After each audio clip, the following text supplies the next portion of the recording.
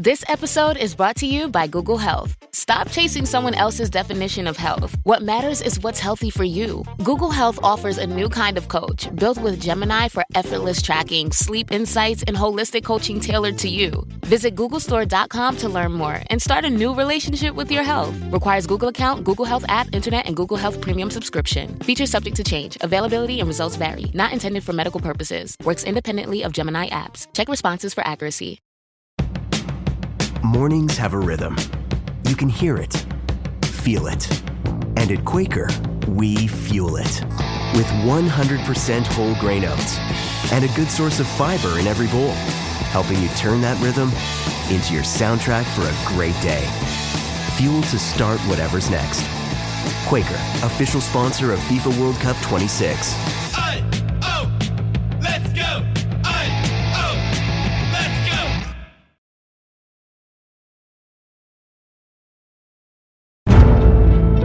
Welcome to The Hypnotist, the show that gives you inside access to cutting-edge hypnosis with real clients facing genuine issues.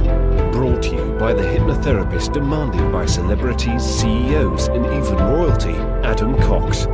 These recordings took place live from Adam's clinic in London's world-famous Harley Street. So, get yourself comfortable and enjoy today's episode of The Hypnotist.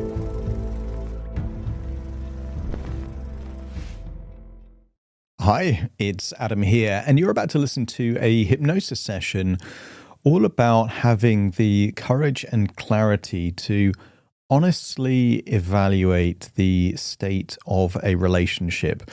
And I was working with a client that had found themselves in a relationship. It was many decades they'd been in that relationship, but they found that there were certain things where they couldn't speak up, that it had taken power dynamics and was quite confrontational or disconnected. And these things can happen in relationships. But what can also happen is that there are other ties, and the other ties might be shared assets or business interests or children. And that can keep people in a relationship, even if those things weren't there, they would never stay in the relationship in its current form. So what this does is it does a form of game theory and timeline therapy, in the sense that we go to a place where they had very powerful, positive emotional connections, a safe place, but a place they'd actually been to in reality. And then that is used as a place to explore three different futures. And with major life decisions, a lot of people don't consider things as they currently are as a decision. But one of my favorite phrases is that whatever you're not changing, you are choosing. Therefore, the status quo is a decision, because if you don't do something different, you're choosing to keep things the same. That's a powerful reframe. So the first timeline that we got this client to actually go through is the element of, what does the next 20, 30, 40 years look like in this relationship in its current form? And very quickly, I could tell from their body language, they did not want that at all. It felt barren, it felt hopeless, it felt undesirable. The second future is, can they fix it? It's always a good idea to see if you can repair a relationship, particularly if it's a long-term relationship. If it can be repaired, what does that look like, and what conversations are needed to even make that possible? So there is a second timeline of, what does it look like with an improved relationship? And then the third is, if it can't be improved, what happens if the relationship is ended?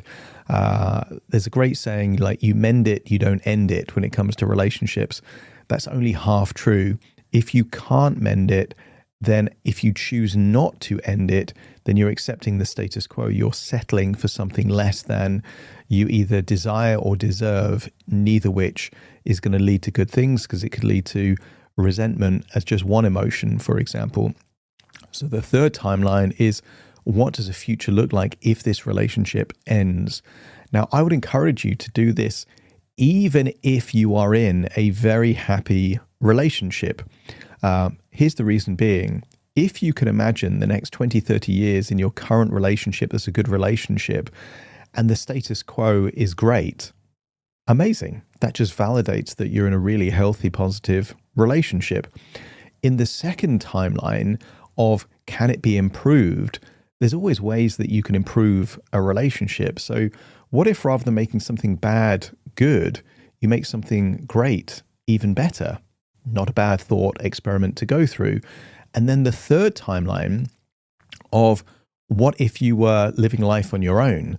Well, if that feels worse than either of the two previous timelines, it validates that you're in a great relationship, and maybe that gives you a feeling of gratitude and a feeling of, right, you're not going to get complacent and you're going to invest more. But let's say that that isn't the true. If thinking of the status quo makes you feel miserable, that you've got another 20, 30, 40 years of being in this relationship and it doesn't make you feel good, okay, then you know that you need to improve it. And if you explore the idea of improving it and that doesn't feel even feasible or viable, then maybe it leads you to making a decision to end the relationship because it can't be improved. And that's still an empowered thing to do. A lot of people think that if a relationship ends, it's a failure. You hear things in the media of like failed marriages. It's a failure of a marriage to stay in a marriage that is incredibly toxic, rather than to leave a marriage that is toxic to pursue something more empowering. A failure is only a failure if it's the wrong thing to keep on doing. So, but you hear these narratives, particularly historically. There's a lot of cultures, including Western cultures, where effectively it would be shameful to end a relationship, to get divorced. So we have these kind of cultural narratives going on. It's really, really important that whatever choice that you make, it comes from an empowered, positive choice for you. And if that's to stay in a relationship, to improve the relationship, or to end a relationship, it's really important that that comes from a place of absolute clarity. Is it meeting your needs? Can it be improved? And if it can't be improved, how do you end it in an most amicable way possible? So I think you're going to get some value from this. Some of the references, though, and some of the suggestions in the timelines are a reflection of the client that I was working with. They might not quite resonate with you. So I would encourage you to disregard any suggestions that don't quite fit, hone into the ones that do. And if you want something a bit more bespoke and personalized for you, have a look in the show notes. There is a more info or more details button you can press. It kind of expands the show notes. And there are various resources like a free webinar, a suitability test, even a way to book a consultation call. All of those things that you can find in the show notes there. For now, though, find a quiet, comfortable place where you won't be distracted or disturbed. Relax and enjoy the session.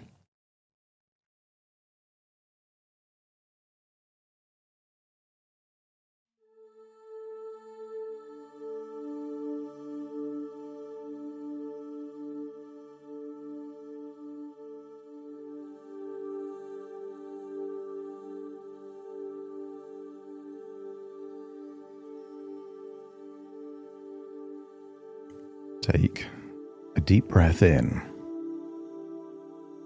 and as you breathe in that resourceful feeling of calm and relaxation. And as you exhale, that's in. Feel your eyelids getting heavier and more relaxed. When you breathe in for deeper. And as you exhale for longer. Almost like each breath is taking you on a journey within. A journey towards a place of clarity, of safety.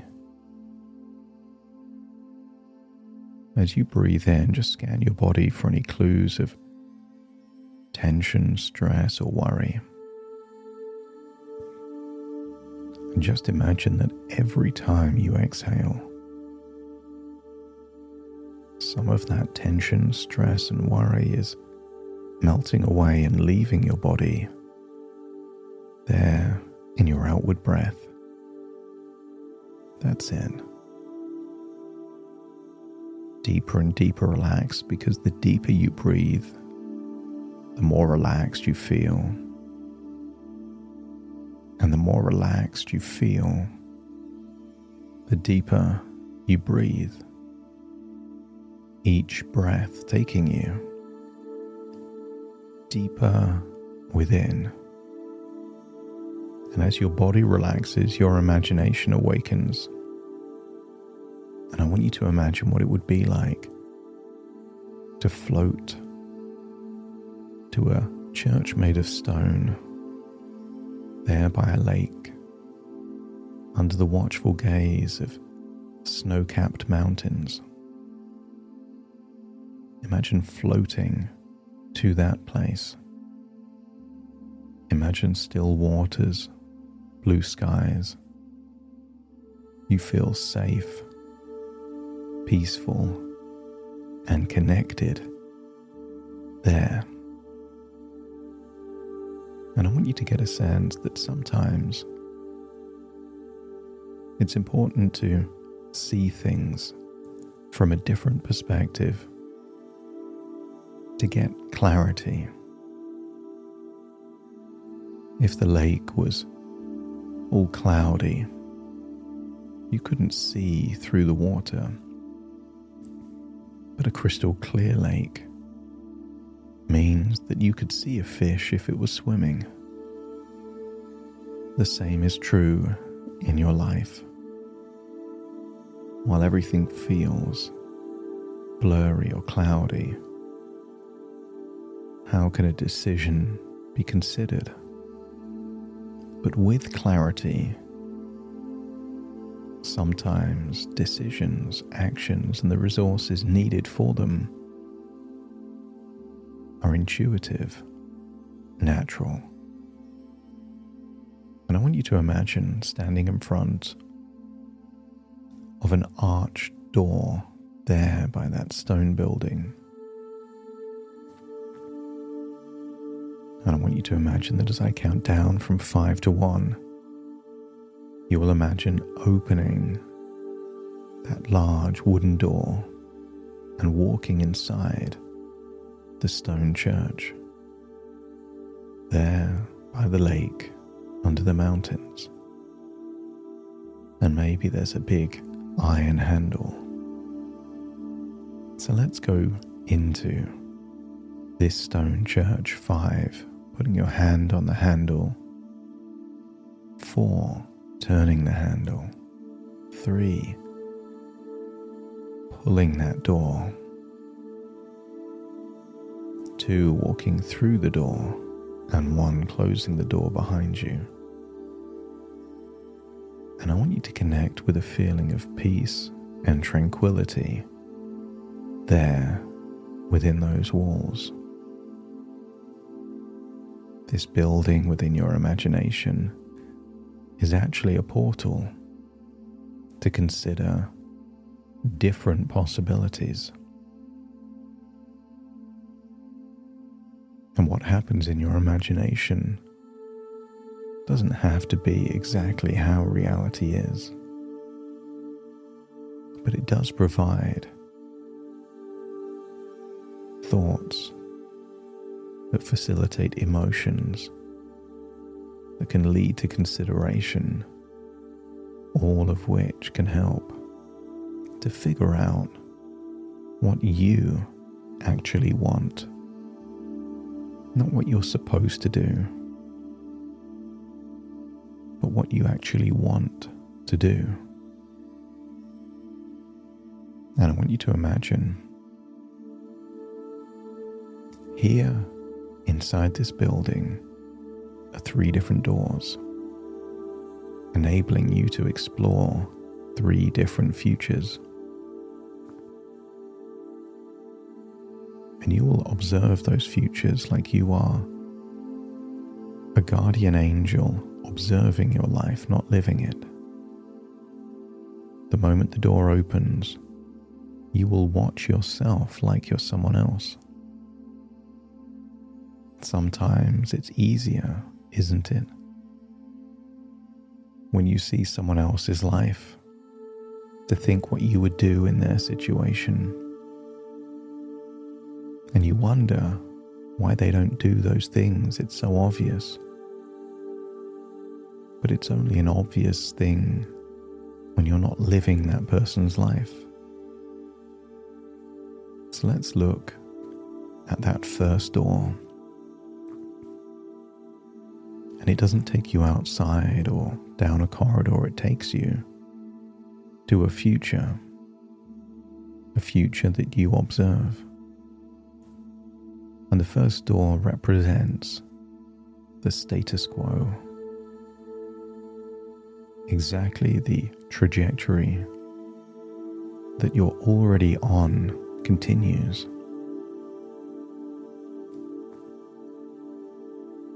So let's open that door now.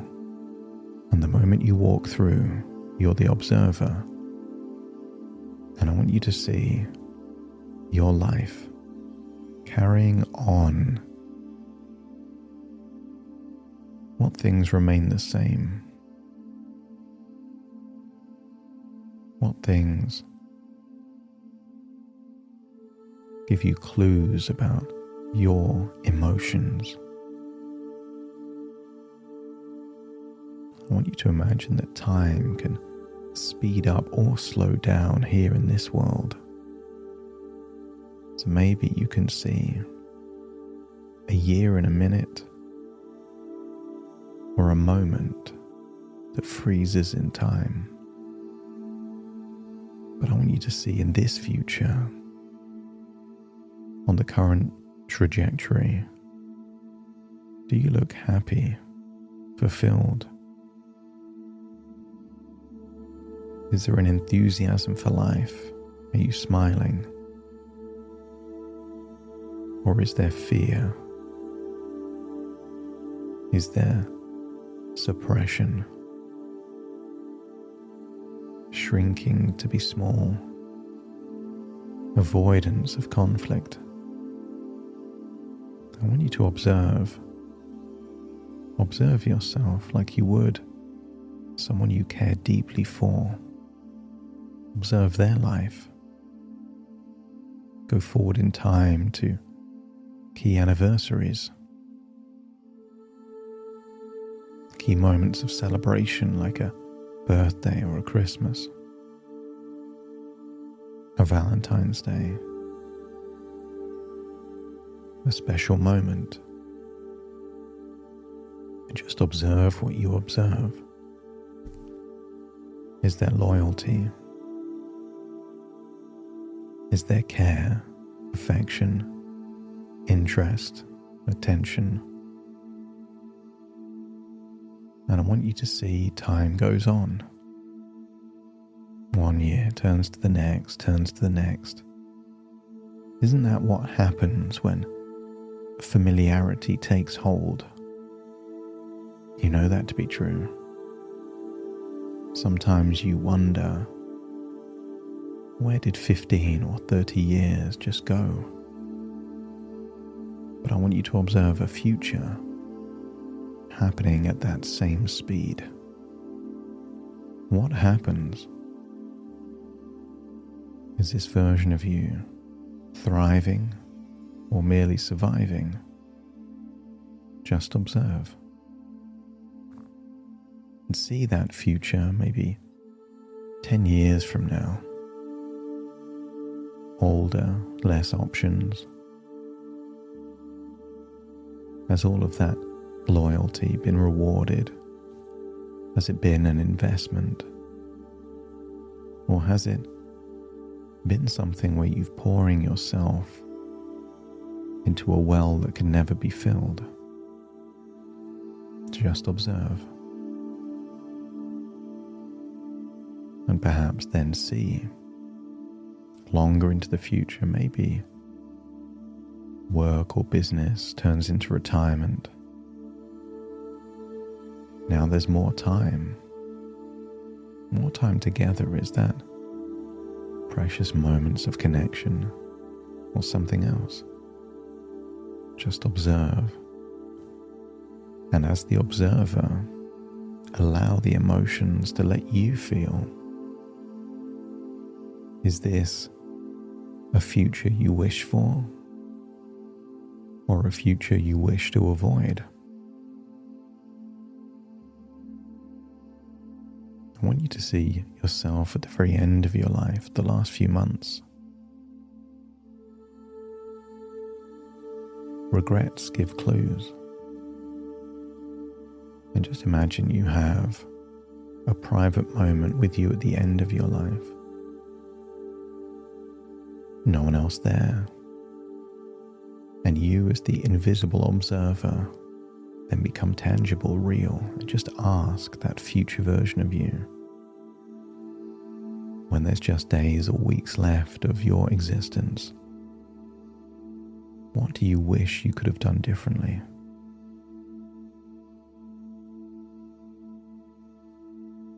And I want you to think, if at some point you figured out you were on the wrong bus or the wrong train, how long do you stay on that wrong bus or that wrong train until you get off and you move in the direction that you actually want to move toward? Hug that older version of you, listen to their regrets, listen to their frustrations, or perhaps what they're grateful for. Just listen. Tell them they are loved, and then float all the way back in time through that door. Find yourself in that stone building. But this time you will observe a different future. A future where things get better. See yourself walking through that second door, and perhaps in the next few weeks, you observe that version of you facilitating a conversation, perhaps about what's working, what isn't working. Not with an axe to grind, not with resentment, frustration, but a pragmatic, curious tonality. Let's look at where things are, what we're happy with, what we're not happy with, what we like, what we don't like. I want you to imagine a constructive conversation filled with honesty, not narratives that are fake, agendas, but pure honesty.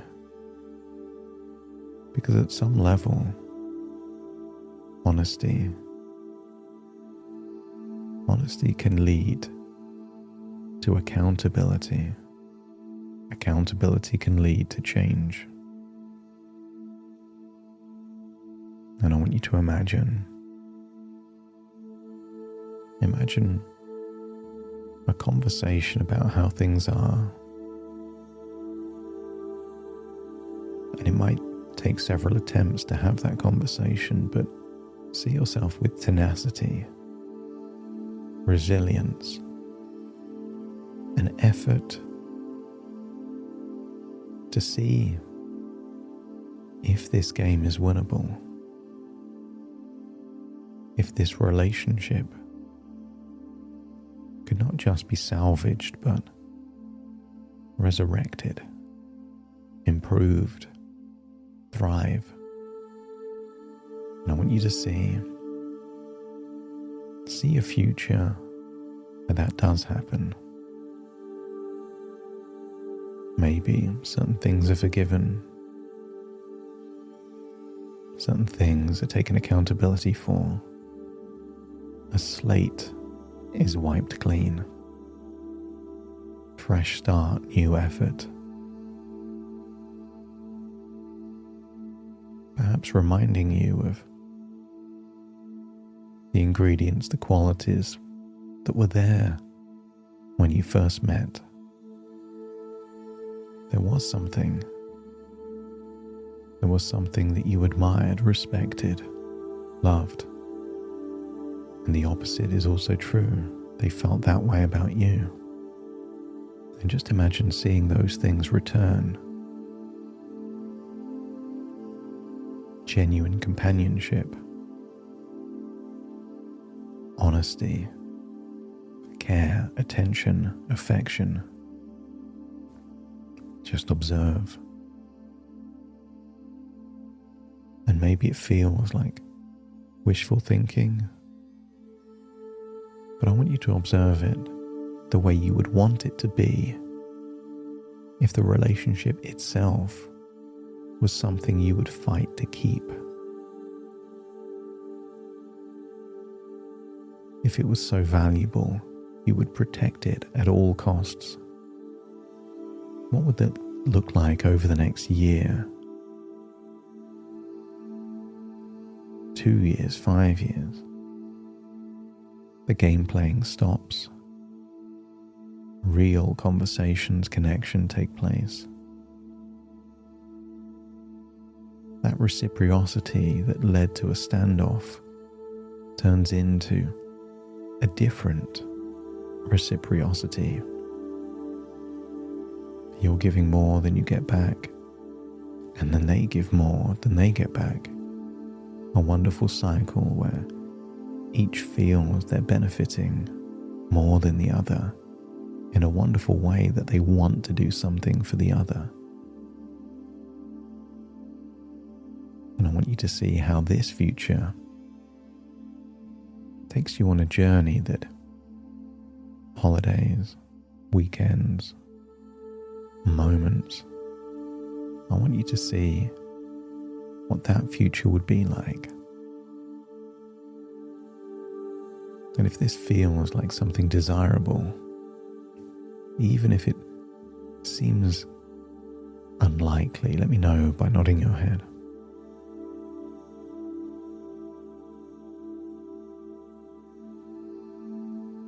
Just observe.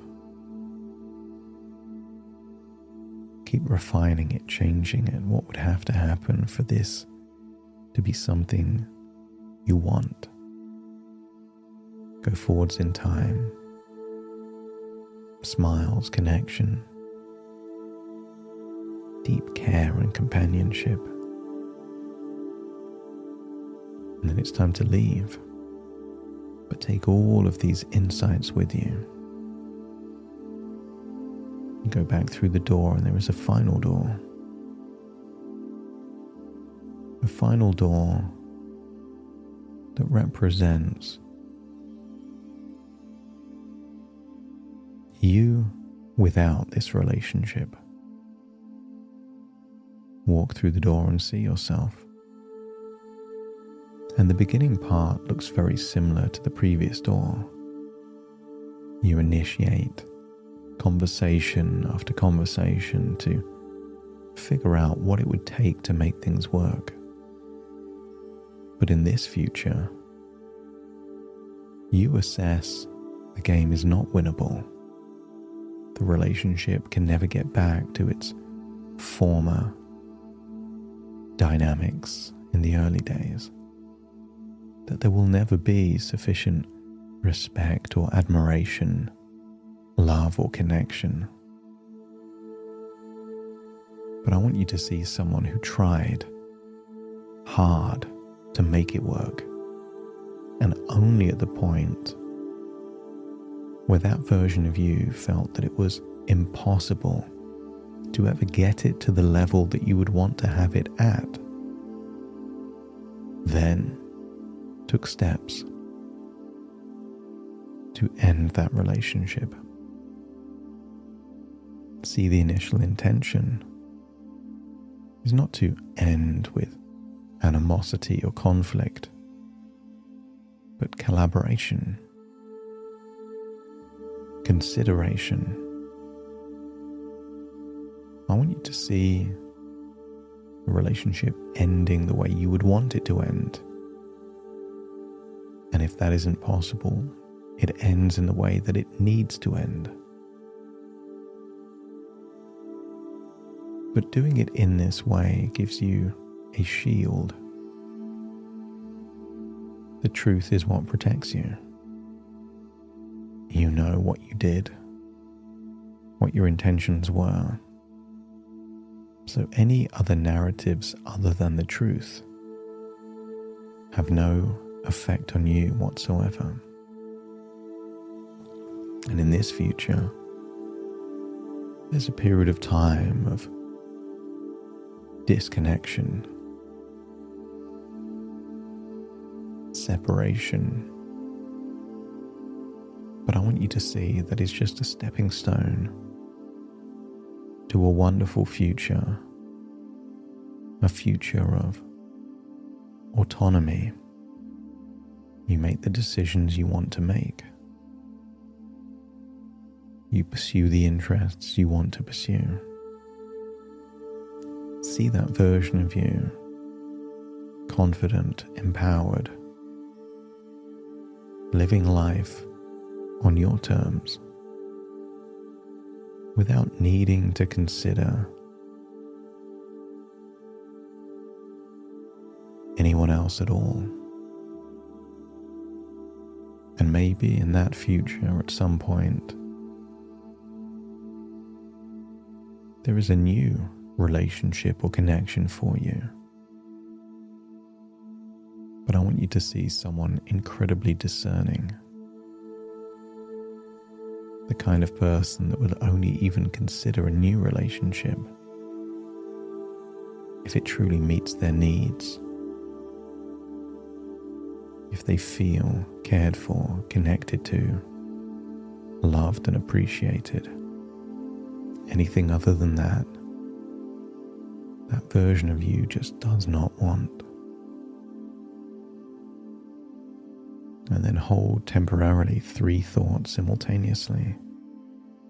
A future of the status quo, a future of an improved relationship, or a future where the relationship ends and you thrive anyway. And just notice what comes up for you and with you. How does it feel? And then return back through the door, knowing that you can explore any of these futures whenever you desire, honing in to different areas, different thoughts, but giving you a sense of clarity.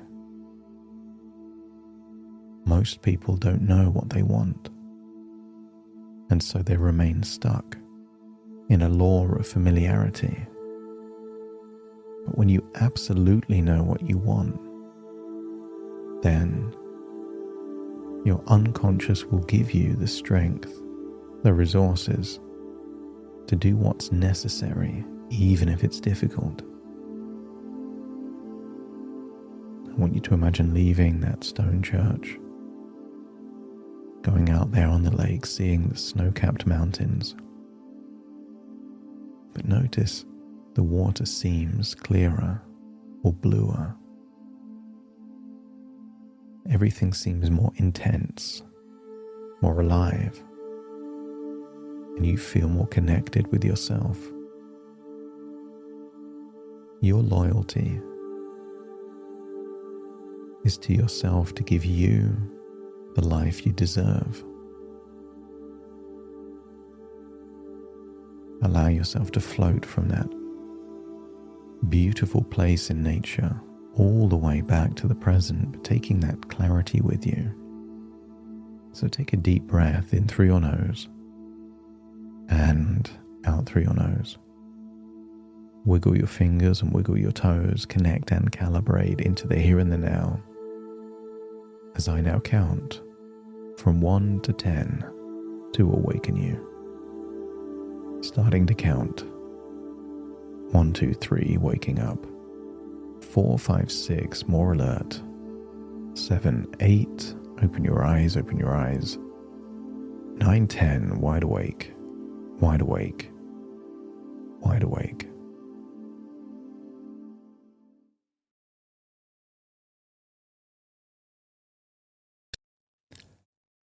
Thank you so much for joining me on today's episode of The Hypnotist. If you've enjoyed this episode or got some value from it, please give it a 5-star rating and review. And maybe you know someone that would also benefit from this particular episode, in which case share the episode with them so they can also get the benefit too. And if you would like to listen to this episode where it's just the hypnosis, so no intro, no outro, no explanation, just the hypnosis and completely ad-free, there will be a link in the description where you can subscribe at a very low cost and only get access to the hypnosis. So if that's of interest, please check that out. Thank you again for being a regular listener of The Hypnotist, and I'll see you again soon for more.